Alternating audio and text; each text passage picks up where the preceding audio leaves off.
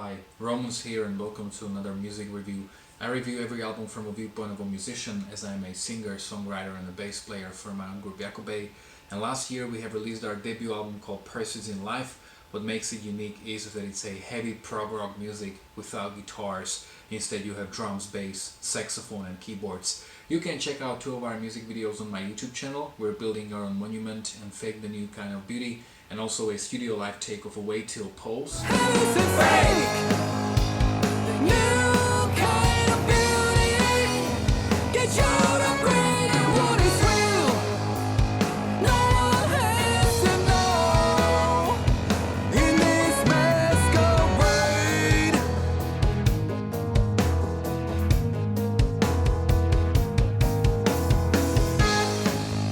Description of all these videos, you will find all the information about where is the record available.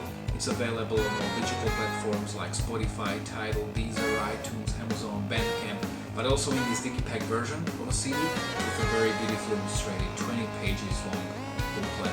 So in case you want one, all you need to do is contact me via an email, on Facebook or on Instagram, or you can get one from Bandcamp. And today I'm going to review the new album from Katarína Máliková, Postalgia. Music review. Music review. Katarína Máliková got a lot of attention for her debut album Postalgia, which came out in 2016, and what made it unique was that she combined traditional Slovak folk music of her region along with electronics and ambient music, and it was actually successful even outside of Slovakia despite the Slovak language, and it entered, I think, European world music charts, and there were a lot of critics outside of Slovakia who really appreciated the album, and the album was actually so successful that she became a professional musician, and now she makes it for a living, which is almost unbelievable.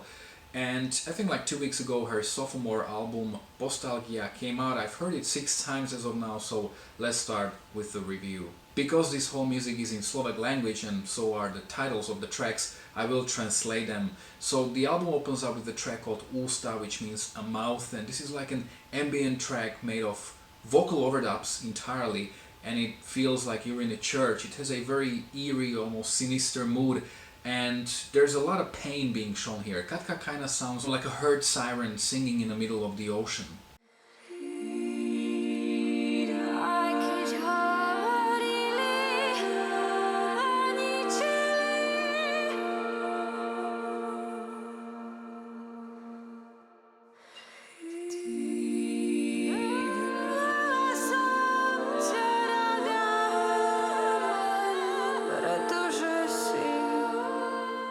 In Čierna šelma, Black Beast, we hear a groovy drum beat and dark synths. Lyrics are very short, despite the track being over 6 minutes long.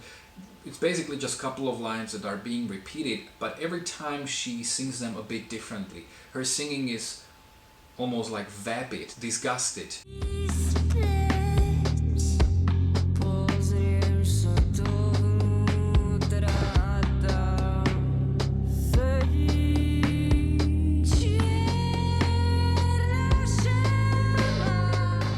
She is a very expressive singer, and it is her performance that is carrying the song. Vodník, or Water Sprite, which is actually a song that is going to be played on the BBC, has a slow, deep synth bass with subtle rhythm, and again it has a very dark and melancholic vibe, and also there are some traces of folk like on her debut album.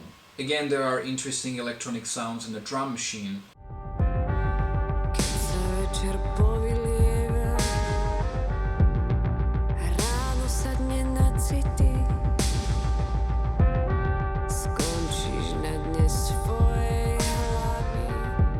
The melody is actually catchy and memorable, and the song started reminding me of Depeche Mode towards the end.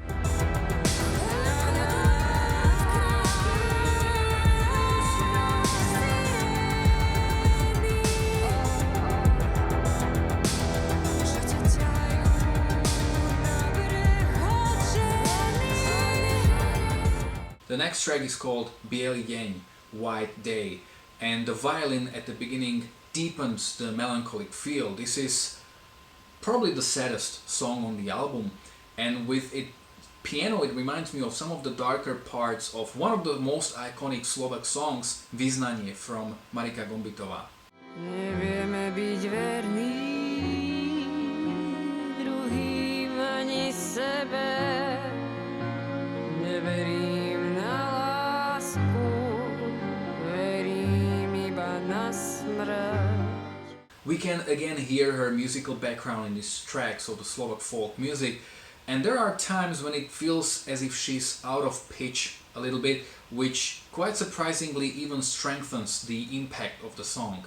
The song brightens up towards the end, almost as if to show a glimpse of hope or healing. Zlomil sa november, poletuje sneh, prvý biely deň.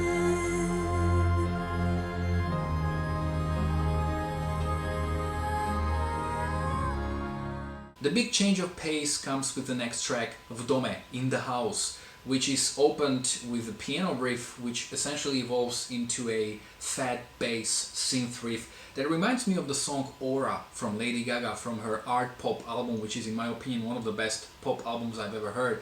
But unlike Aura, this track never really transforms fully into a pop song. Každý hľadá, čo mu chýba, čo ho popiera, čo ho požiera. Každý hľadá, čo mu chýba, čo ho popiera. I kinda wish there were more tracks like these on the album because I really like it. Skrytý, Hidden, is an ambient track where it kind of feels as if it's performed in the mountains. The sorrow is still present here, but it has more of a distant feel, almost as if it's just like a memory. Vždy si pamätám, skrytý.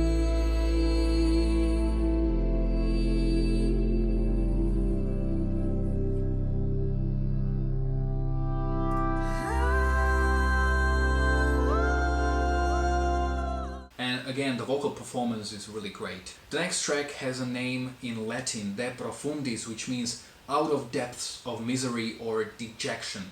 And it actually reminds me of another Slovak legend, Jaro Filip. It's a piano-led song, it's very melancholic, and there's this beautiful melody, but it never remains beautiful for too long because it always has this dark, trippy twist to remind you of the pain. Nepatria mi aj tvoje omily. Počúvaj moje varovanie. Nenechávaj ma v tom som. The track number 8 is called Rozhodnutie, which means the decision, and the piano and the melody are very unnerving and uncomfortable in here. This almost goes into a psychedelic avant-garde territory, and pretty much the whole song is based on that one motive that's being repeated over and over, and it does evolve sonically, but in a very subtle way. We can again hear some of those folk influences towards the end.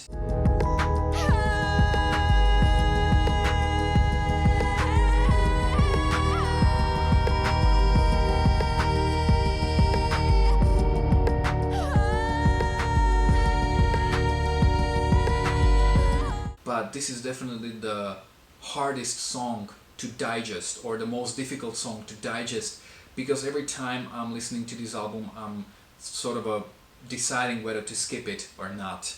The final track on the album is made out of two compositions, so the first part is made out of the track called Nešťastná nedeľa, which can be translated as Unhappy Sunday, and this is the only track that Katarína didn't write herself. It's basically a track written by a Hungarian composer called, I'm not sure if I will pronounce the name right, Seres Rező, and he wrote this song originally in Hungarian. It's called Szomorú vasárnap, and it's a track from the 30s, and it has the title of being the most depressive composition of all time, mainly because a lot of people committed suicides after listening to this track. It definitely is melancholic, but in my opinion there are much more brutal pieces on this album. In terms of mood, it really feels almost as a resignation. It feels as if the story has come to a tragic end. Nedeľa bez teba, sivá, desivá. do bielých kvetín a sny, čo sa nesplnia. And when this composition ends, there is like 30 seconds of silence, and then the remaining running time of the track, which is almost like 8 minutes long, is made out of a piano melody. It's so uplifting and so hopeful.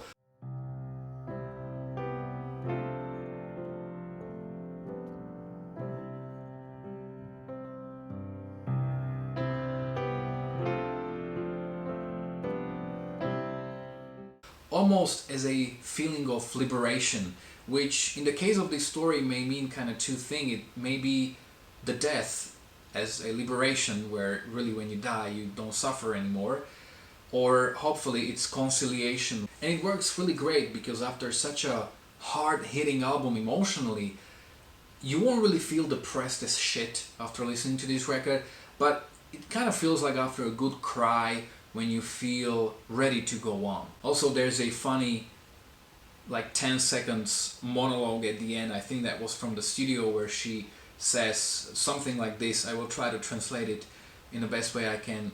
Guys, I've overcried myself.